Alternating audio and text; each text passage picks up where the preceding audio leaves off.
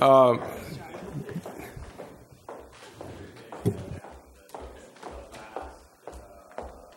went to the community center.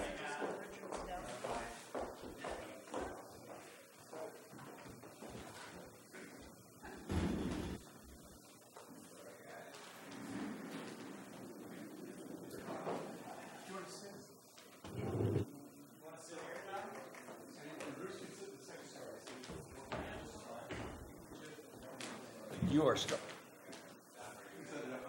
So we need some more name tags. Yeah, Name we plates. should get these permanent for Mike and John. Okay. There we go, we got And for work at? just one permit. Yeah, make them all.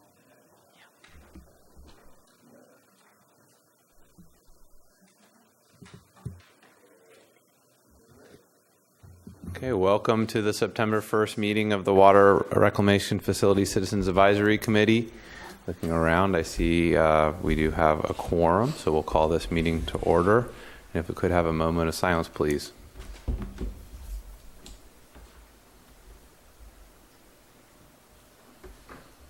Thank you, and please stand for the Pledge of Allegiance. Pledge allegiance to the flag of the United States of America and to the republic for which it stands, one nation, under God, indivisible, with liberty and justice for all. Okay, announcements or presentations. Do we have either from staff? No presentations today. Thank you. And anything from the advisory committee up here? Okay, seeing none, we'll move right along to public comment. It's an opportunity from anyone from the public to speak on any items not on the agenda. Any takers out there? Nope. Seeing none also, we're going to move to our consent calendar, item A1, which is approval of the minutes from August 5th. Any comment or entertain a motion? I'll ask for public comment prior to a motion, but do we have any comments on the minutes from that meeting? Jenny?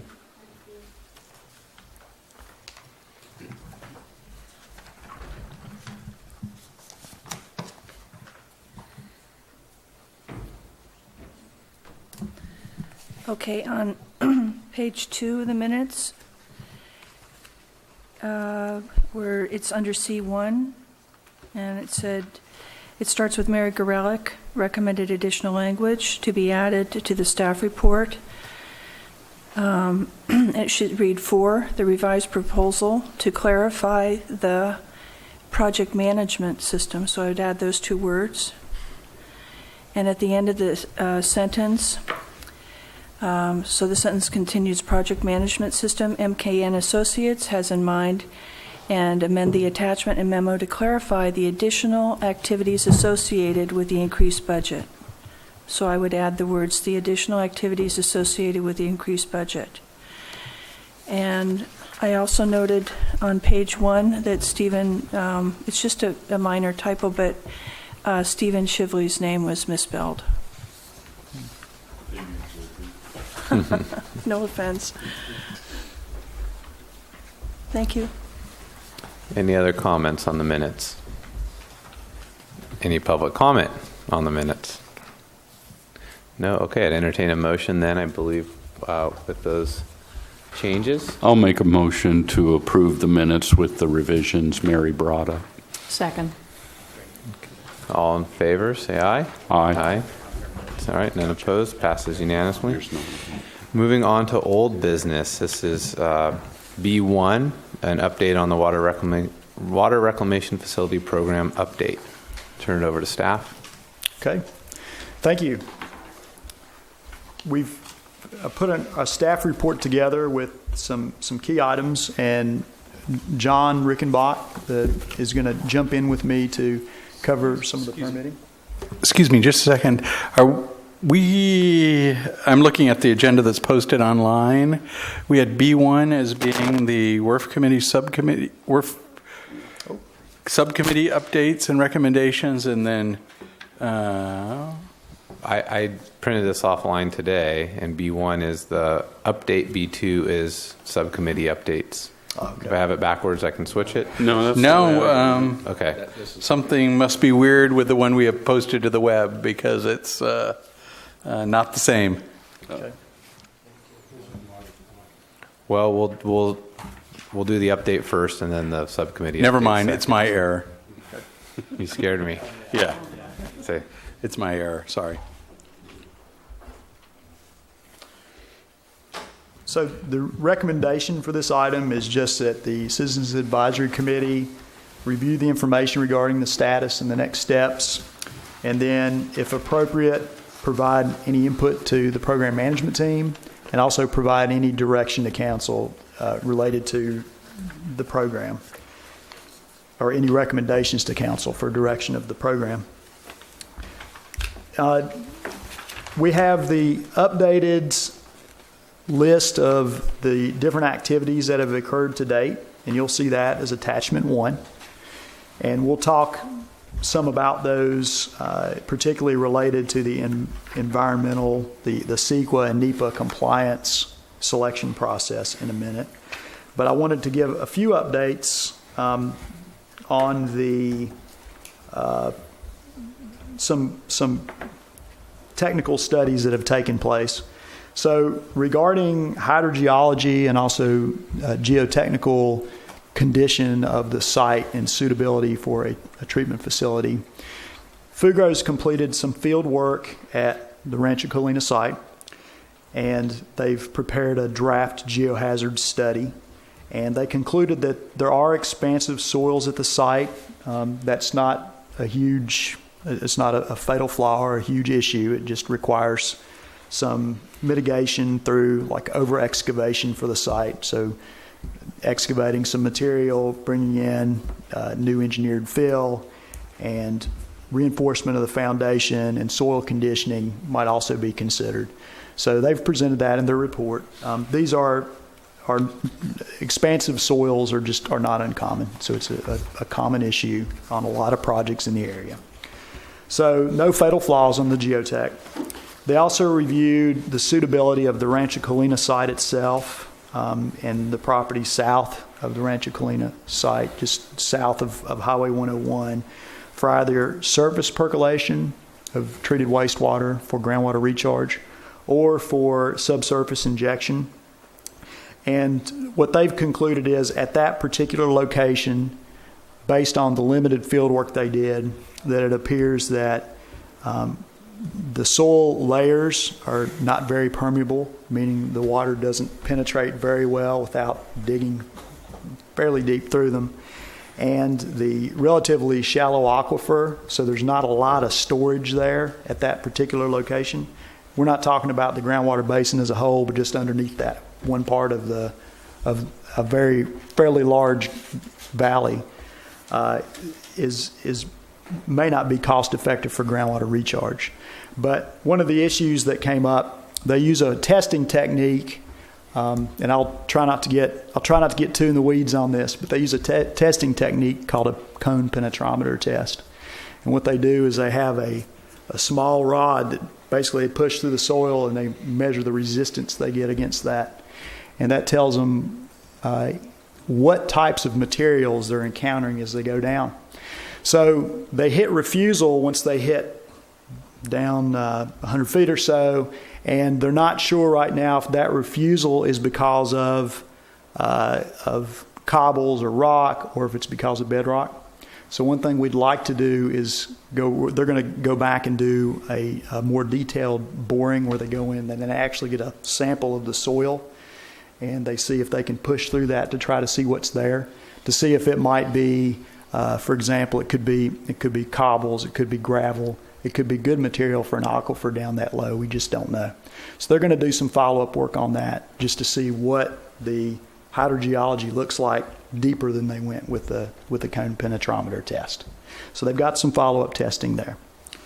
On the salinity identification study, and what I'll do is, if it's appropriate, you can jump in if you'd like to ask questions about that item.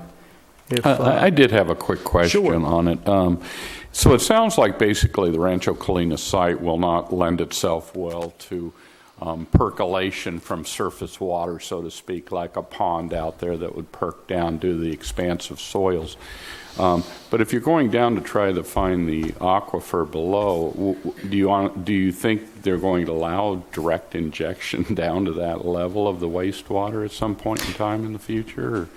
I'm not sure the whole purpose of going further with the, the well, or not drilling, but the boring for checking to see if that's indeed bedrock or not. So the premise behind a lot of the current regulations related to groundwater recharge is actually focused on that type of application, where you're injecting wastewater directly into the aquifer, and you have certain treatment requirements. And then you look at the travel time between where you're putting in water and where you might be drawing it out with potable wells. And you're looking at the level of treatment too. So the state has this suite of requirements depending on what that distance might be between where you're putting it in, where you're taking it out, what the water quality requirements might be. So it's tends to be, from a regulatory perspective, it tends to be a little less onerous if you can have surface percolation, right, and then have plenty of travel time between where that water is percolating at the surface and where it's reaching the aquifer, than if you have to directly inject that water. But there are plenty of systems around the state now where they've had great history of this for decades. Do we know if there's any potable wells very close to the facility we're talking about? Part of what Fugro's, we know that there are some, but part of what Fugro is doing now is their next stage of work includes this boring, and it also includes looking at all the different publicly available well records in the groundwater basin to help us determine where's the next area to research or study.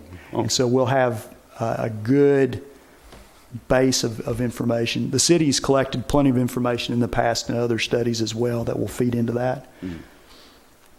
Okay, thank you. Sir? Talking about that, couldn't that be a fatal flaw for this site? In other words, if the city council determines that groundwater recharge is a basic premise for this facility at Rancho Colima, and you cannot have groundwater recharge, especially since the aquifer is so shallow, what are the probabilities that this is going to turn out to be acceptable? And are you looking at other sites like the Tri-W or anything like that to where you could get groundwater recharge to maybe the Choro wells? So the concept is, if a facility was located at Rancho Colina, that we could find other locations for the actual groundwater recharge. That doesn't all have to occur at the same site. So when we started the exercise, when we looked at the site years ago, like for instance, we knew that the existing Rancho Colina wastewater plant relies on irrigation or spray field disposal. And we would expect that's because of soil conditions like what we're seeing there. So this is nothing that's really a surprise to us. We just wanted to see what capacity there might be there to get rid of, to recharge groundwater. So it doesn't mean that it's a bad site for a treatment plant at all.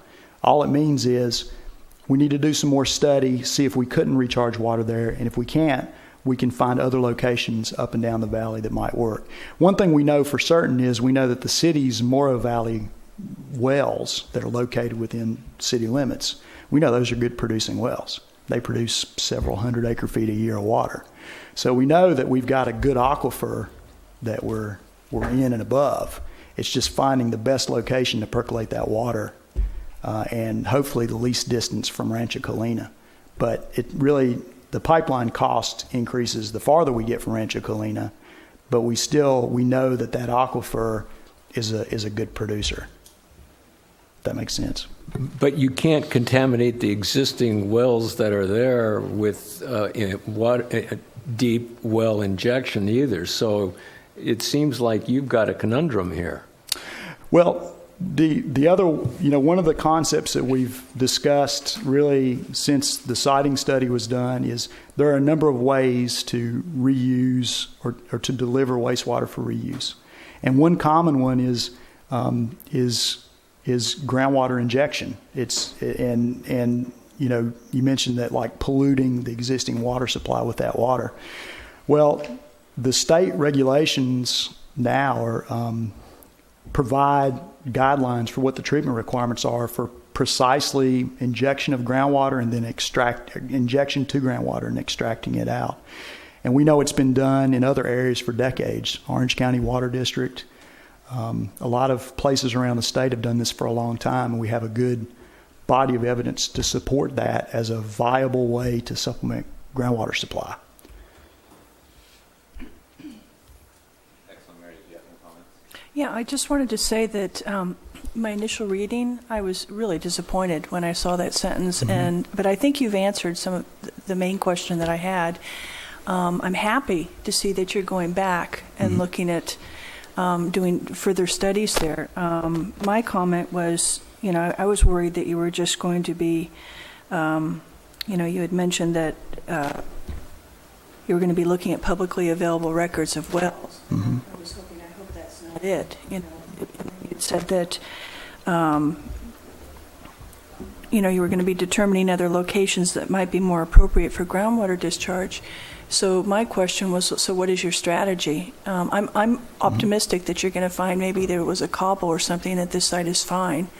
But if in fact it's not, what else are you going to be doing, and how expensive is this going to be? So first, one of the reasons we took the approach that we did with the cone penetrometer testing at this site was because we needed to get that information anyway to determine if the site had any soil conditions that wouldn't make it suitable for subgrade for structures. So we followed that technique really primarily to determine if the site was going to be okay for new buildings, and we determined it was. One of the side benefits is just by pushing a little bit farther with the cone penetrometer testing, we can determine if it's okay also for groundwater recharge. So that we felt like was an important increment to add on to the primary effort. Now, what Fugro will do is they're going to take all that well information throughout the basin, and they're going to determine where would be the next locations to start looking at other groundwater recharge opportunities. And we think this makes the most sense, because if we could have found we could get rid of all the water at Rancho Colina, that would be the least expensive approach. So, but we're seeing we can't do that, and so now we're looking across the groundwater basin to determine where the next location should be, and then that desktop research they're going to do, looking at that well information, the next step is to identify a field program. If they find a few locations that look really good in terms of the well logs, then they'll go out with a field program and we'll determine what's really there. So this is to help narrow down what other location should we look at for the next phases of that field work to try to determine where to put that water. So how will this impact the schedule then? We scheduled for this. We assumed this would be, okay. Yeah, this is built in. Yeah, I see this as you're going to have a portfolio of disposal options for the water, including, you know, one end of the spectrum, ocean outfall, another is direct reuse to ag. And your staff is starting with how many facilities can be co-located on this site and doing that due diligence, and you're still working through that issue. So I appreciate that you're looking at the site first and then moving forward with all these facilities, because no site's going to be able to have everything co-located on it. That's obvious. Right. So starting with this research effort and then expanding out makes sense. Yeah, I mean, the groundwater recharge would be huge. Right. I mean, in terms of getting grants and other funding mechanisms. So hopefully we will be able to do that there. And as John stated too, what we may wind up with is several different reuse or types of reuse opportunities all on the same pipeline, for example. We may have some direct reuse. We may have a couple of locations where we can inject water, and they could all be part of the same program. So these aren't mutually exclusive alternatives we're looking at. We'll come up with the most cost-effective combination of them after we get the field work done. And I'm just thinking out loud, but considering all the wastewater treatment plants in this county, I can't think of any that do recharge on site. I mean, that would be pretty rare for that to be a possibility. Didn't the city receive a letter from the regional board saying that the water had to be put towards groundwater recharge? Did they indicate that it had to be all that to groundwater recharge? Rob, correct me if I'm wrong, but my understanding is that letter just suggested that the city look at that and said that in regional board's opinion that was a viable option, but it wasn't pushing us to that direction. And there are a couple things we like about it too. One is you might be able to have better year-round use of that water than if you're just delivering it for direct agricultural reuse or direct irrigation use. So there are a lot of advantages we see from the water resources perspective and also possibly from the cost perspective if we find a good place that will take that water. And then just one quick question, Mike. They're preparing a contract amendment, so that is not in the original scope and would be added to this project management, even though I only see 7 of 36 expended to date. Yes, ma'am. That's correct. We're not talking significant. No, the budget amendment they've got in front of us, and it's draft right now, so we're looking at it, is 25. Okay. Thank you. Mm-hmm. Anything to add on project update? Let's see. So the other item we had is the salinity identification study. So part of trying to lower the cost for polishing the treated effluent from the new facility and reducing salt load, the biggest bang for your buck is reducing the salt input in the first place. So what we're trying to do is, or what we're doing is we're looking at, we've done some sampling in the collection system, in the wastewater collection system, and we've done some sampling of water supply, and we're working with Larry Walker and Associates to determine what percentage of salt is coming directly from source water, which in some cases it's hard to do much about that because you're not paying to desalt your state water. And it's going to be relatively low in terms of salinity or salt concentration and hardness. We're looking at a collection system, what impacts of like self-regenerating water softeners or industrial use might have on that in order to try to determine what the options might be to reduce input of that salt to the collection system and reduce cost to treat that water on the back end. And so when we have more definitive information, we'll be presenting that to WRFCAC. So right now we're in the sampling and data gathering stage. We've gone through a couple of sampling events, gotten some good information. Larry Walker and Associates is crunching those numbers for us to come up with that mass loading from all the different sources. Okay, any questions on salinity? I see one here. What would you do with that information? Would you consider changing the rate structure for commercial, industrial, residential, or those that use soft water conditioners and maybe putting a surcharge on them? Is that where you're going? Well, there's a number of different options, and it all depends on where the salt's coming from. In some cases, the most effective approach often is a public information campaign, just explaining to folks what the issues are with softeners. Some cities have partnered with water softening companies to encourage the use of the off-site regenerating softeners. So there have been a number of policies like that are kind of more collaborative, and then there's working with industry in some cases to determine if the timing and the type of process they're using couldn't be timed differently to discharge to the collection system. In your case, you don't have a lot of industry, so I don't see that really being a big deal here in Moore Bay. But it also tells us what's kind of the baseline we can get down to in terms of salts concentration for developing our O&M costs for the reverse osmosis on the back end of the plant. You've all read about or maybe have lived in communities where there have been ordinances against self-regenerating water softeners. That can be an option, and that's worked well in some areas. So we've just got to look at where the salt's coming from first. That's the first step, and then determine what policies or procedures could be recommended for council consideration on that. It's all coming from Cayucas.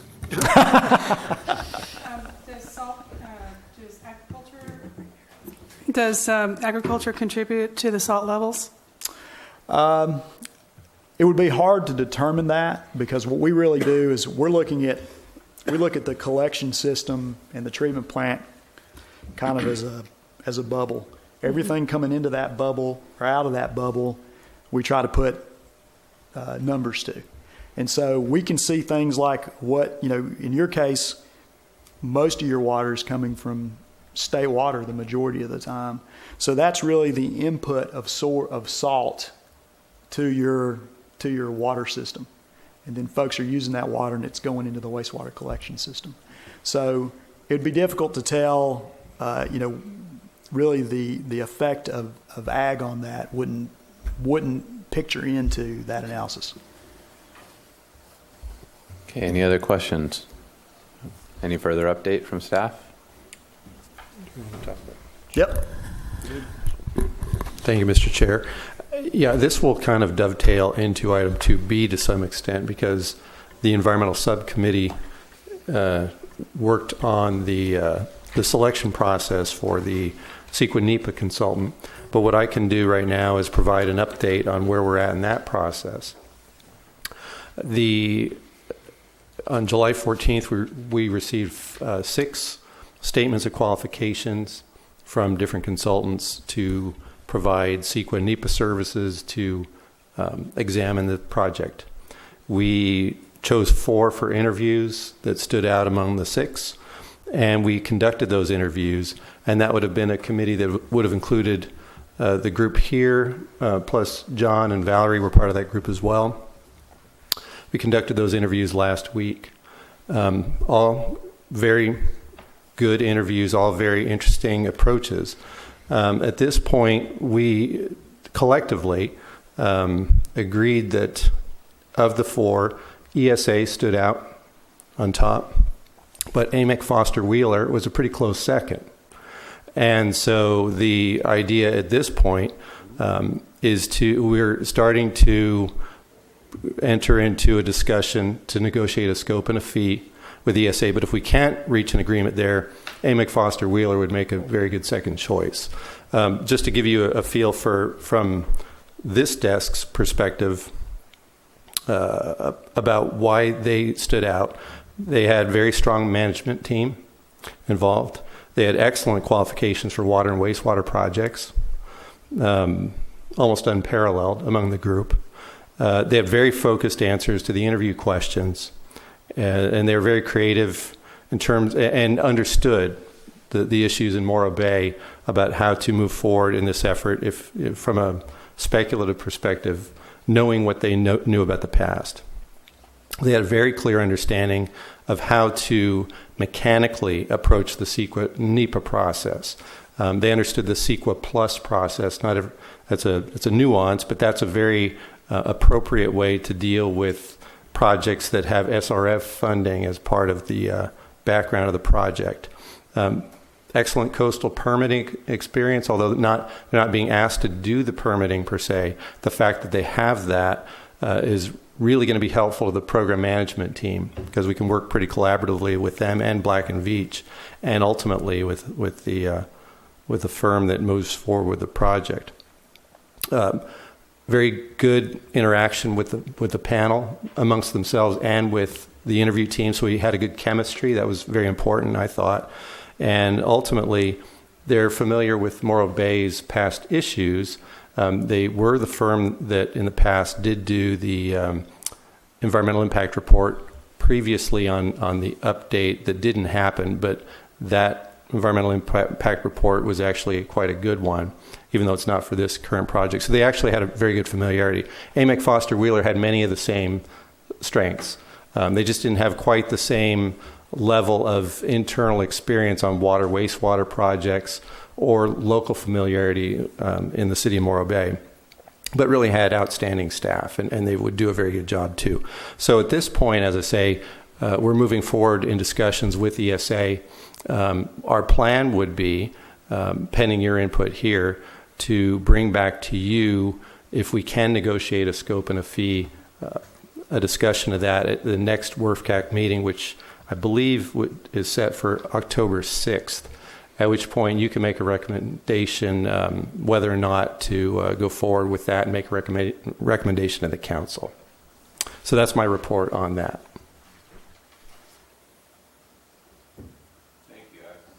say we're still on B1 as far as process is concerned. So thanks for the update on that component. Do we have some questions or comments on what was just discussed on John, ESA? on that environmental consultant, you've only gotten statements of qualifications. Are you requesting now a specific proposal from them? Correct. This was going to be a qualification-based selection. The idea here is we want to have the best qualified firm do the work.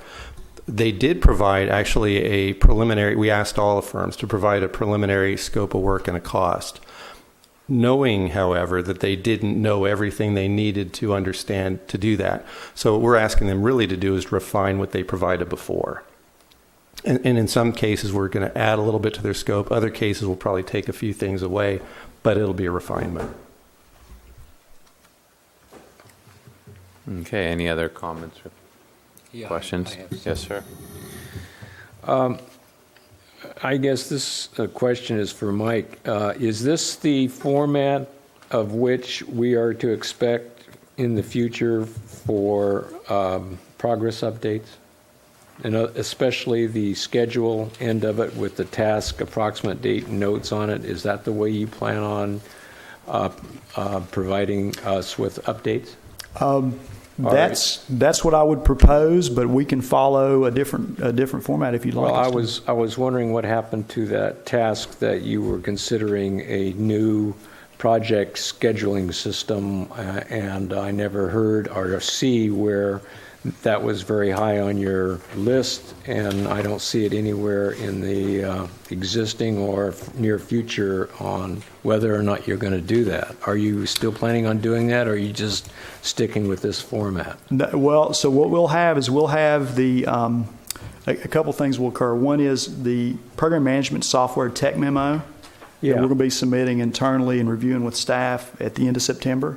That's going to recommend a software package and work through that with city staff. And so the updates you'll be seeing in the future, we'll have, we see presenting 2 levels of schedule at WRF-CAC in general. And some of that we wanted to wait until we had the environmental consultant on board to do a big update. No, but I don't need to know all that. Right. All I know is that it's still in the queue. Yes, sir, it is. Okay, Still in the queue. then B&V, Black & Veatch has gone through 30 days of their 180. How are they doing? They're on track with some of the interim deliverables, and we've had conference calls about twice a week going through work product.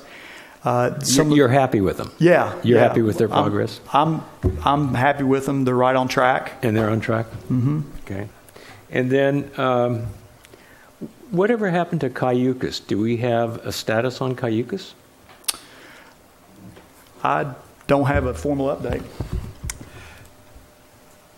From what I understand with Cayucas is they are still pursuing their own project. They've hired a couple of consulting firms, WSC Engineering and Firma, to investigate both the they're doing a rough and fine screening analysis. So if we look back in time to where Morro Bay was a couple of years ago, that's what they're looking at doing right now for their own facility. And I believe they're looking at 3 sites, one up at the north end of town, one on Willow Creek, and the other one somewhere in the Toro Creek area. But there's no white flag waving or bouquets of flowers arriving or anything like that? No. Okay.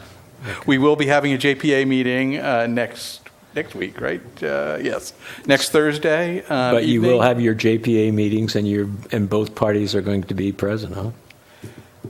Yeah, that's what we're going with. We're assuming both parties will be present. Okay, thank you. And my last question is: Has our 5 years started?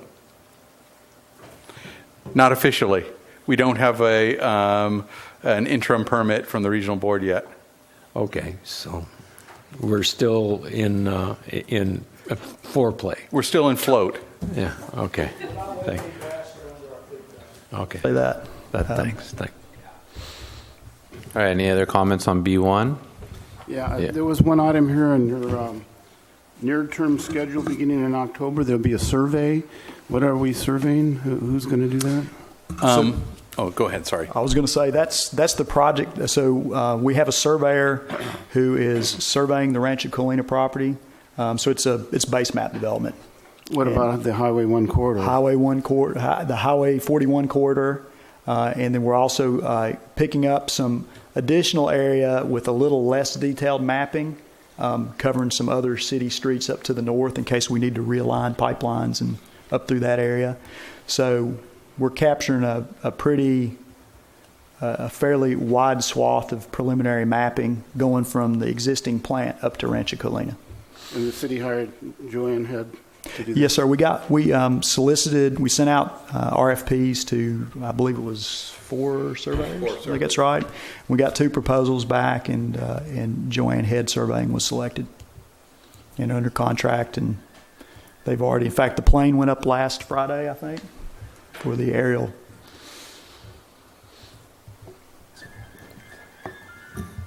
Okay, thank you. Anyone else? Any members of the public want to comment on B1? Okay, it's received the update. We just did. We'll move on to B2. This is subcommittee updates. I'll just start in order here with finance. Any update from finance? Nothing? No? No? Oh. I have a question to the subcommittee, finance subcommittee. Is it possible to know if you take the ultimate sewer rates and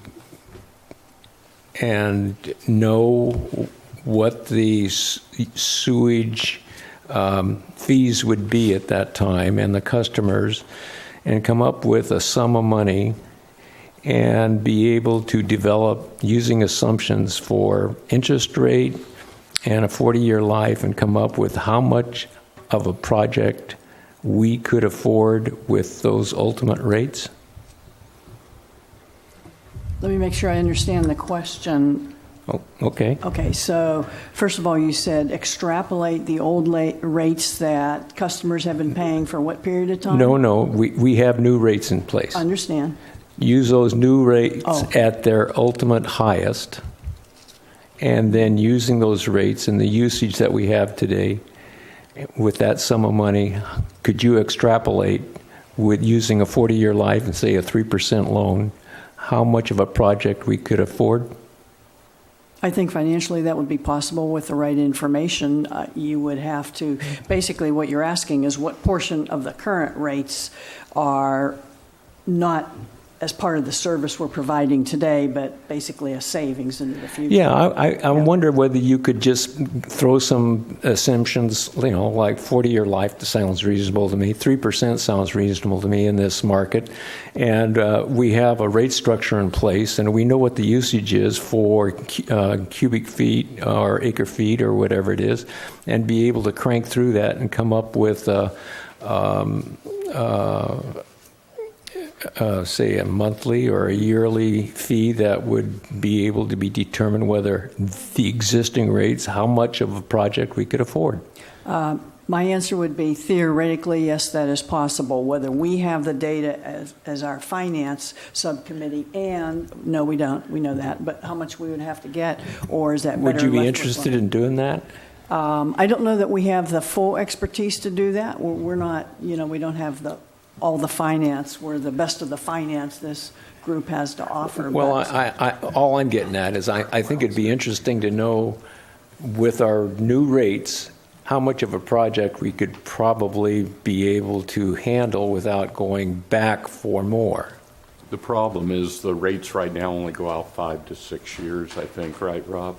Well, maybe I can 5 help. years, right. If Maybe you're I can trying to help project here a 40 little bit. years, Yeah. No, you don't get me. I'm just going 5 years. 5 years right now, and how much of a project we could afford 5 years from now. That's all I'm going. I'm not going 40 years. I'm just going 5 years.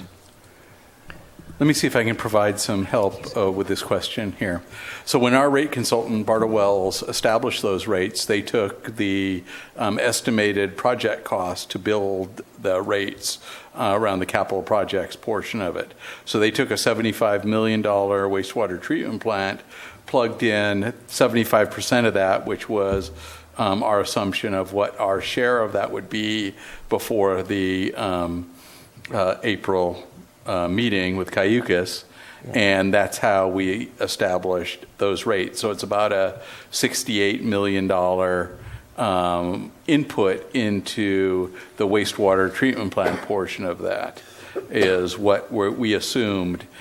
We will also be, one of the Bartle-Wells' deliverables is a rate model that we will take possession of once they finish cleaning it up, so that it'll make it easier for us to change assumptions and Just run different twitch something scenarios once, to see what the impact on rates is, whether it's a lower rate because we've changed something, or whether in 6 years we need to look at a rate increase. So we will have that model within the next couple months to play around with. Thank you, Rob. Perfect, thank you. Okay, anything else from finance? No? Okay. Environmental? No, we have nothing to report.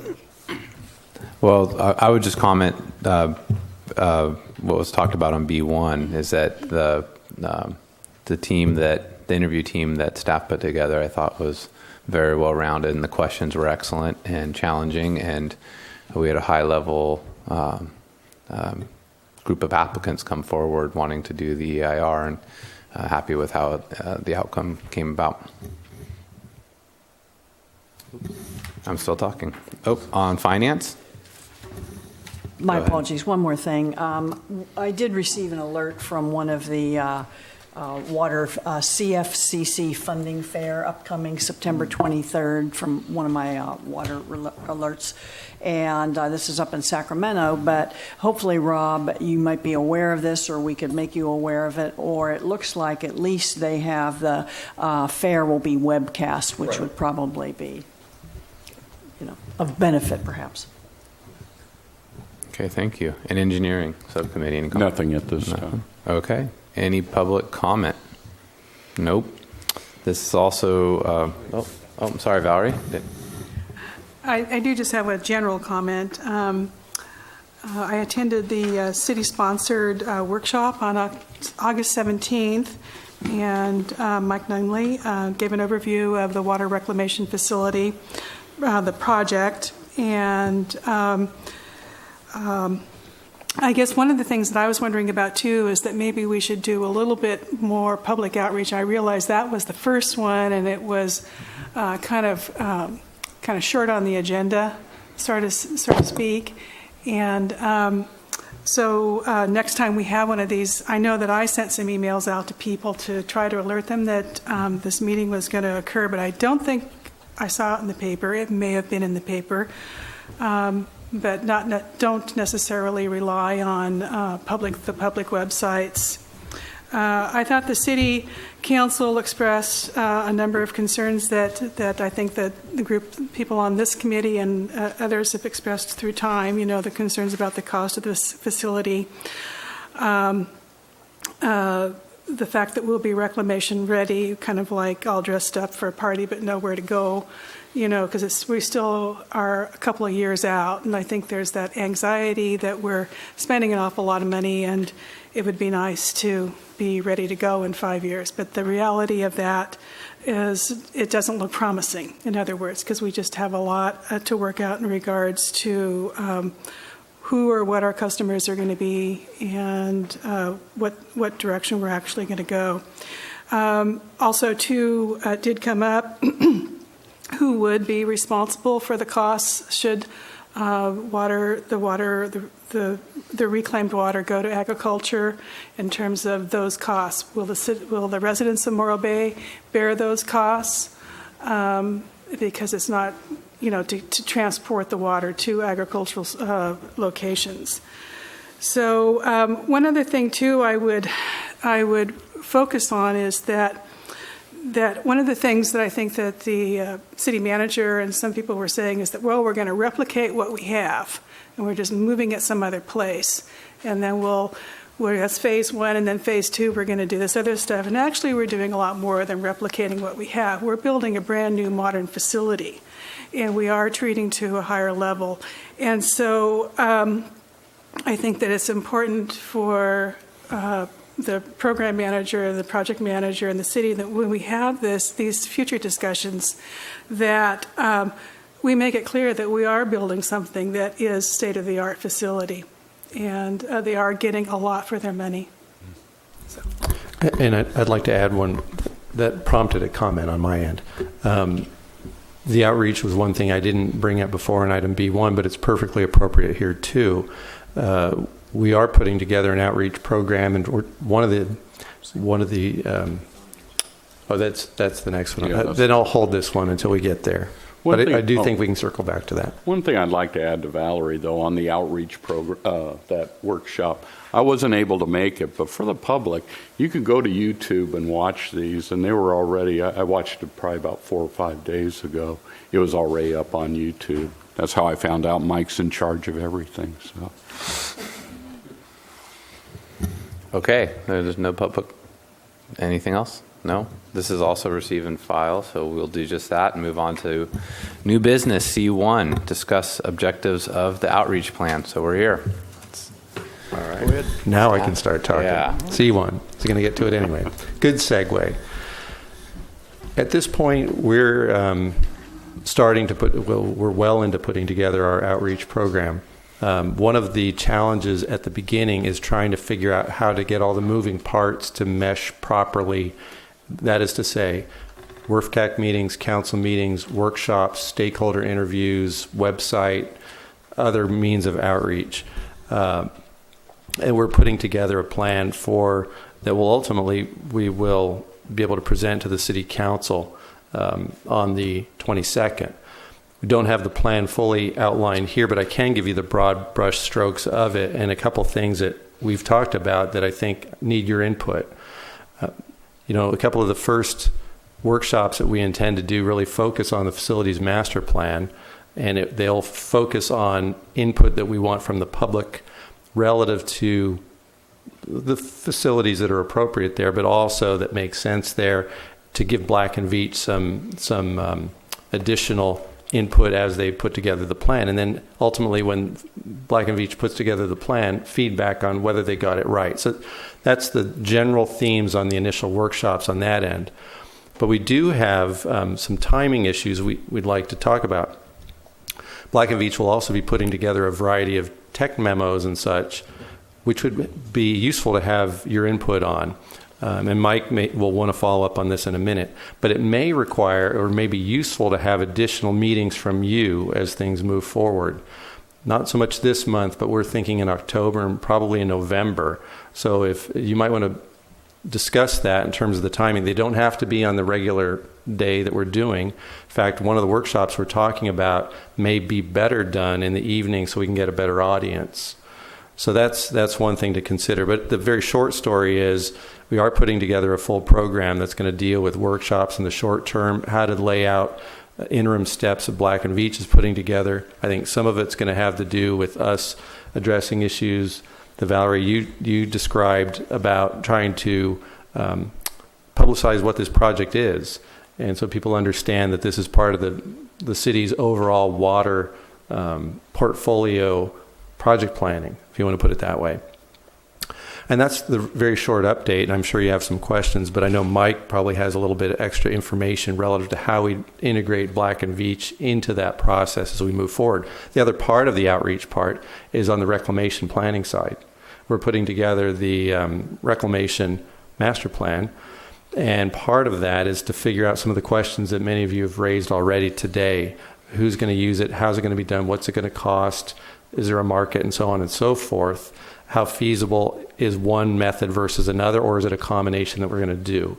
And getting input on that side is going to be another part of the outreach program in the short to medium term. So what are you looking from us today? Some guidance? I mean, the staff report here has the box that talks about the different types of stakeholders you're going to outreach to and the objective and the approach. You want us to comment on that or be broad brush as well, like Valerie providing input on messaging? I think some of it is broad brush. Some could be specific, but I think providing us input on the broad goals we hope to accomplish through outreach. Is it simply to inform? people what's going on. I assume there's the idea is to get feedback as well.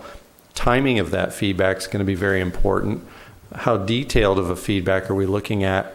And some of the methodologies that we might want to use. Now, all this to say, we've got our ideas internally about how things might be most effectively done.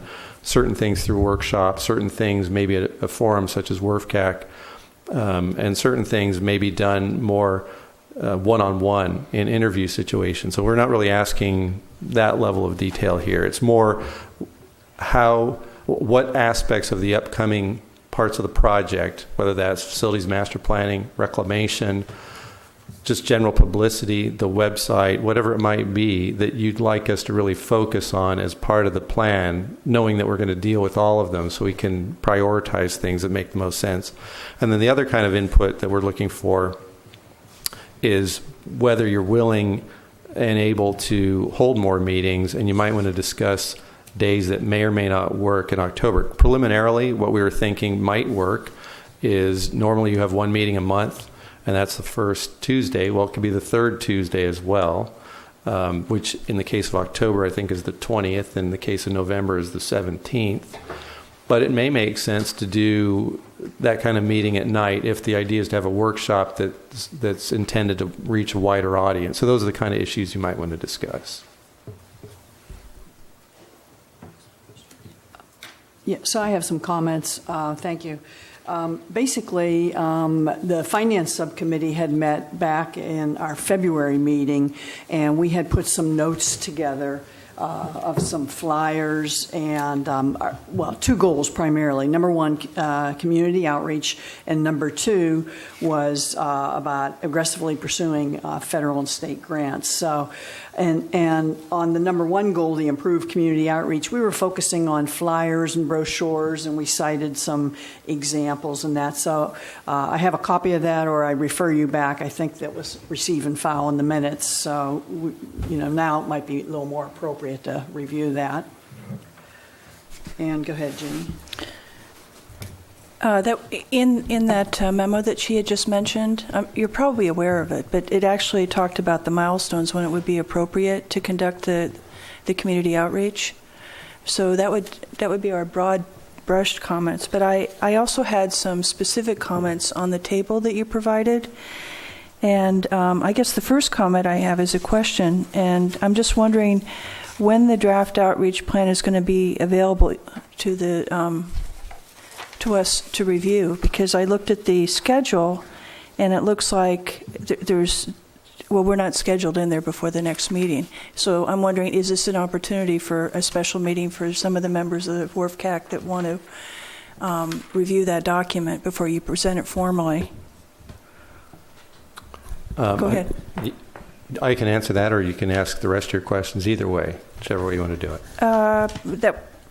I'll go ahead. Okay. Okay, so for the table under, this is table 1, it's outreach objectives and approaches for stakeholders.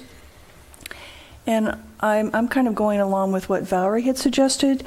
So under public, I would suggest that the approach include press releases for local newspapers like the Bay News, the Tribune, the New Times, and public service announcements for radio stations such as 97.3 The Rock.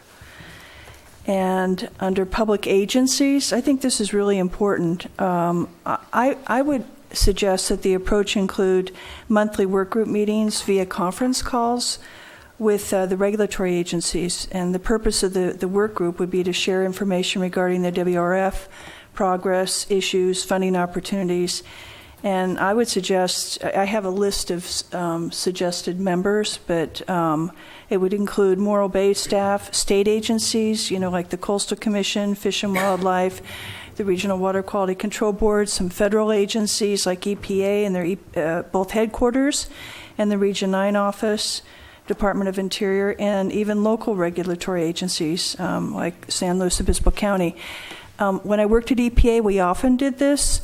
When we were formulating regulations, because we wanted to get the buy-in early on with stakeholders. And we did find that a lot of the stumbling blocks that we had perceived, we were able to get through.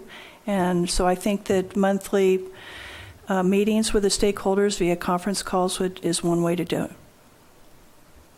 So did you want to answer my question? Sure, I'd be happy to. Now that I have able to get a word in edgewise here. Yes, as our schedule set up right now, we're not scheduled specifically to come back with a proposed program to WRFCAC, though we can do that. We can certainly bring it to you at our next meeting, regularly scheduled meeting, and then take it to council after that. Our thought was to jumpstart it as much as we could within the confines of the schedule. What we can do is make it available to you in advance of the council meeting, just as the council gets it in their packet, so you can provide us some input through email or other means in advance of the council meeting, so that can be considered by the council, though it wouldn't be part of the formal process that you have right here. But any input that you have on that, I think we'd welcome, unless you want to do it more formally at another meeting. No, I'd appreciate something like that, and I'm sure some of my colleagues too would like to provide some input before it goes to the council. The other comment I'd add to that too is, we'd anticipated that we wouldn't have the outreach plan ready for this meeting, but the way we view it is we view the outreach plan as a living document. So we'll present a draft to council, get feedback, and we can at any time as we move through the next several years together, then we can continually revisit that and adjust it.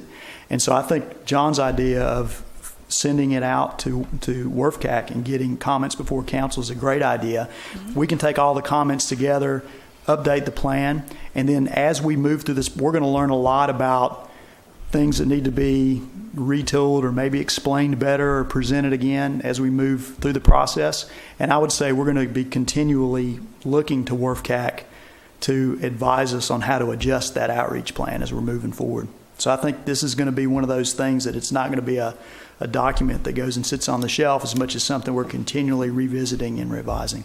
Mm-hmm. Appreciate that. And I would say any input today, we're taking notes. Okay, we're moving on down the line. And just out of curiosity, you guys are the primary authors of this. You haven't engaged any consultants, marketing consultants, or anything for help? Right. We're in charge of the outreach program. The one consultant we do have on board to help us as part of our team is RRM Design, so okay. Debbie Rudd. And we also have a consultant on board to help us put together the website. So Debbie will be reviewing the plan or helping develop She's helping to put it together. Great. Yeah. Okay. To my left here, I see you'd like to speak, I believe. As far as this meeting you're going to have on the 22nd for the City Council, being it's new to everyone, it probably just is a matter of us showing up like we have in the past individually, and if we have any comments, we can make it then, rather than having a whole meeting of our own separate. The other thing is that sometimes you have meetings that go to 1 in the morning. It'd be nice if you have this thing early in the evening as possible. So that, so that somebody will still be around. I agree with that. I just had a quick one. When we first started the process, and I think Debbie Rudd actually ran it, we had a workshop here in this building, and there was probably close to 100 people at that meeting that night. In watching the YouTube on the one that I think it was August 17th, most of the people I could see in the crowd from the camera appeared to be either staff members, people from the various boards. I saw a lot of PWAB members there.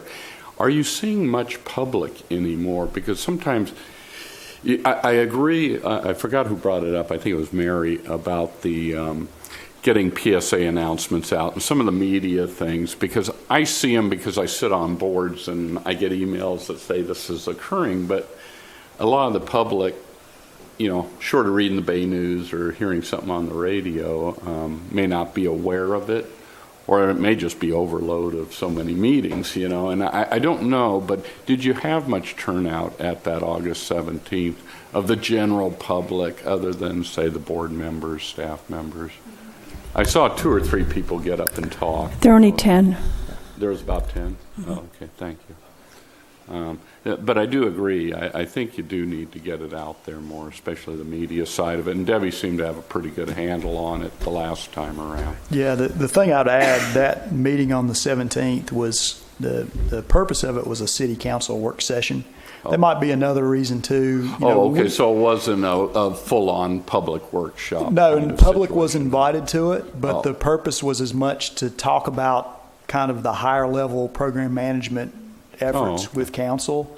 And the public was welcome and invited to attend. But that may be one of the reasons that we didn't see a lot of attendance. Oh, okay. And Fair enough. I think- I wasn't there. yeah. I just saw it on my iPhone. But it's a good point, and that's why we do have Debbie on board, because when we schedule workshops, we want to make sure we publicize them in all the ways we need to get the turnouts that we had a couple of years ago when we scheduled those the workshops that led us to where we are now. So, Okay, thank you. Well, my comment is very simple, is that if you want somebody to show up, tell Neil Farrell what the meeting is, what it's about, give him about, maybe one or two little ticklers of what is going to take place there, and give him a week's notice so as he can get it in the Bay News. Anyone else? I'd like to add a couple things here. First, I agree with what's been said. I think a couple years ago we had a controversy, and there was a high level of engagement because of that controversy, and that's passed, and now most people are putting faith in the process, which has been pretty well defined moving forward. Creation of this advisory committee that, eyes are on it, and people are looking at what's going on. But not everybody's still engaged, and not everybody has charter. Not everyone watches videos on YouTube and has a Twitter account to see what you guys are doing on social media. So I'd like to see in the public section of your chart here, have a brochure. I think going back to an old-fashioned brochure that gets mailed to everybody, because that we know people will receive. And while people maybe are now a little trusting the process a little bit more, they still want to be updated and know why we're going through it, what's the process to go through it, including a schedule, and then what's the outcome going to be, what's the end result here. So kicking off to the public, in my mind, an old-fashioned brochure, every door gets one. Yeah, bill stuffers are more cost-effective, but not as we pay online and don't even really look at our bills. So I'll be the first to admit that. But if I get something in the mail from the city that is attractive on the onset, and it's talking about a process and is easy to look through and then provides resources, you can also go to our website. You can also go to the advisory committee meetings at this time. It establishes everything for the individual of what's going to be going on throughout the marketing effort, the public engagement over the next few years. Would be well advised. And then lastly, in the last box, public agencies, add a bullet for elected officials. They're going to be the ones who we need behind this project. If we're having issues with permitting agencies, it's very advantageous to have them engaged early on, knowing the project, why you're doing it as well. And if you need them to lean on, you're not starting from scratch. They've been engaged for the last few years, part of the process. And to that extent, I would add a bullet on the bottom right corner under workshops, a summit, I guess, for lack of a better term, but an all-hands meeting of all the permitting agencies, all the elected officials on site here. Get them excited about this, understanding what's going on, again, why we're doing it, the history of the project, lessons learned, what their roles are going to be, and if state and federal permitting staff is sitting in a room seeing elected officials or their staff in the same room engaged on a project, I think we'll have a better outcome at the end of the day. So those would be my suggestions on sort of the bookends of the public outreach. I don't think we need to meet prior to this draft going out if it's going to be a working document, and I imagine the council will beat it up pretty good for you. But sending it out to us, maybe where we can provide comments on an individual basis, might not be a bad idea. And I imagine it will also be, there'll be things that won't be included because we haven't thought of them yet.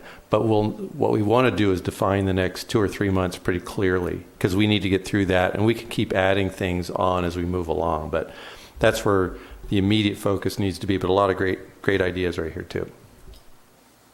Would you email it to us, and then we would provide you an email comment, and then you may incorporate it or you may not?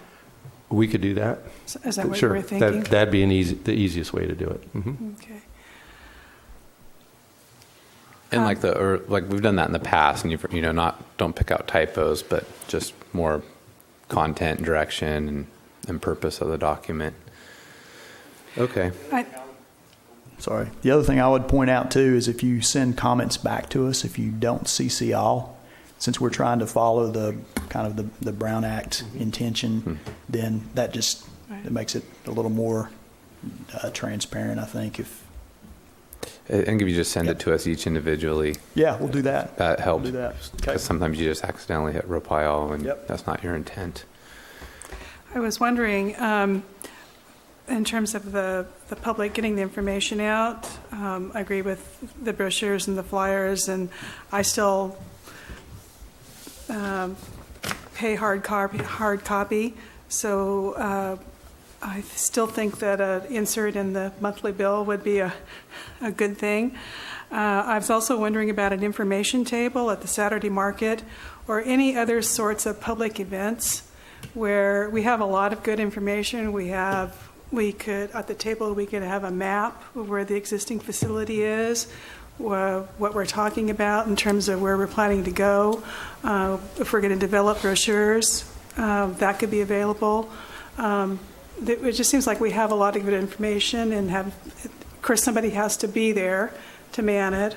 But I know they do similar sorts of things at the farmers market in San Luis Obispo on Thursday night, various public interest groups and nonprofits.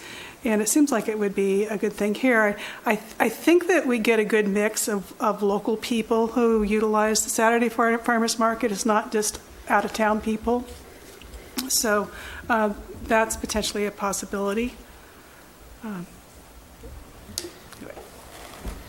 think I would recommend that as at least on a trial basis. I think you'll see a lot of Cayucas residents at those farmers markets, and it might actually be a good idea to have them realize what's going on, because the level of engagement there is probably even lower than it is here.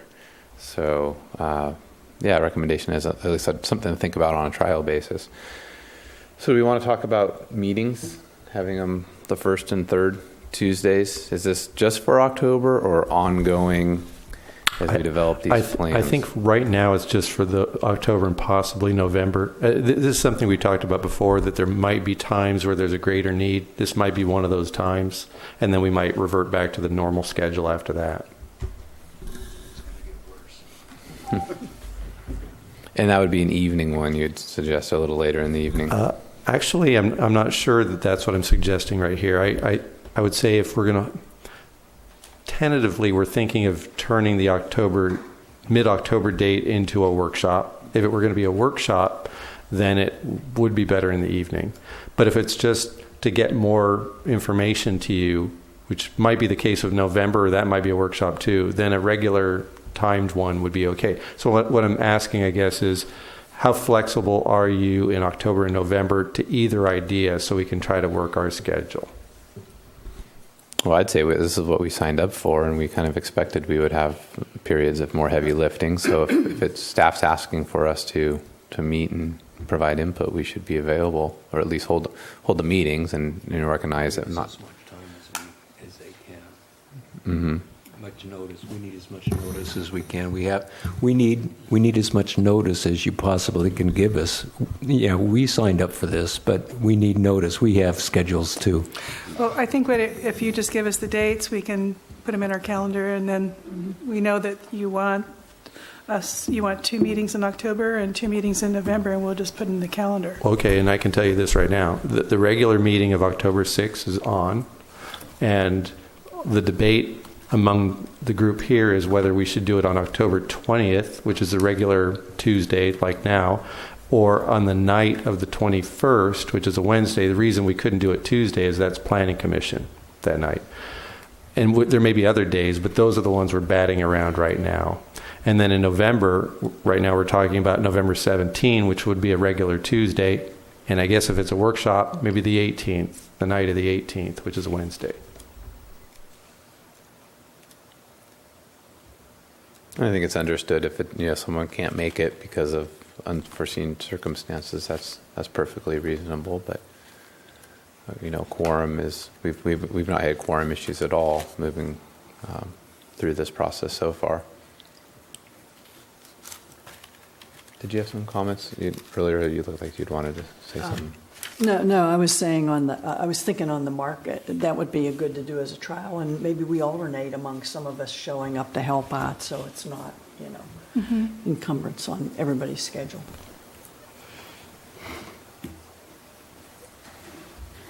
Do you want us to? I don't think we need to take action on the meetings. No, We just reached a consensus that if you do it. Let us know early, and we'll do our best to. Yeah, we'll We can even confirm poll. space availability is probably one of the more critical items. Not only person availability, but we have to make sure the room of it is available, because this gets used for a lot of things. So does our community center. So there's many competing interests for the meeting space, be it Lions or Planning Commission meetings. Sure, and you can do a quorum poll. I was going to as say well. the October 6th, is it moving back over to the community center? No, we would keep our regular meetings here so Oh. that we can kind of gang up with the setup for Planning Commission. Oh, okay, gotcha. And this is just a better place to broadcast out of, too. The two mid-month meetings we're looking at for October and November, really the purpose of kind of looking into your availability right now is we need to work with the facility master plan team and also some of the other consultants to see what makes the most sense in terms of order for presenting. And so being able to talk to you all today and say, yeah, you're willing to do a mid-month meeting in October and November, we can work through the details with you via email as we're working with the consultants. And part of our outreach plan is as much logistical as anything, because there's a lot of information that we're trying to present over the next 4 to 6 months, and figuring out how to not have every consultant show up at the same time to present all the pieces of information is going to be kind of a challenge. So this will help us. It will give us flexibility in laying things out in an order that makes sense. And so we'll work with you on email to detail that out, and you'll also see it in the outreach plan. Okay, so I'm sorry, I'm not available on the 21st. I have travel, but everything else looks good. Those other Tuesdays and Wednesdays you mentioned are fine. Okay, great. No worries. Okay, we done with this item? All right. It's also receive and consider, so we're not really taking any action here. Was there any public comment on our comments on the outreach plan? Nope. Item D, committee member closing comments. I'll start to my right. Do we have any closing comments over here? I just have an administrative question. If you can't attend a meeting, I don't want to bombard Rob or anybody else with our attendance excuses. What's the protocol, John? Should we email you or second the bill or what? Probably Mike. He's in charge, right? Yeah, they're running. It's fine to email us since I'm serving as staff, so you can email me, and then I'll let the group know when we get to the meeting. Okay, thank you. And don't have to copy anybody, right? Nope. Okay, thank you. Just send it to me. Any comments on the left side here? A year ago next week, we had our very first meeting, and so I just want to say happy anniversary. Aw. Everybody's sticking it out for a year at least. Where's the cake? Our present was to double up the meetings, huh? That's how much fun we're having. Okay, well, that is it for item D. It will adjourn this meeting and reconvene at the Vets Hall right here, 209 Surf Street on October 6, 2015 at 3 p.m. See you all then. Thank you.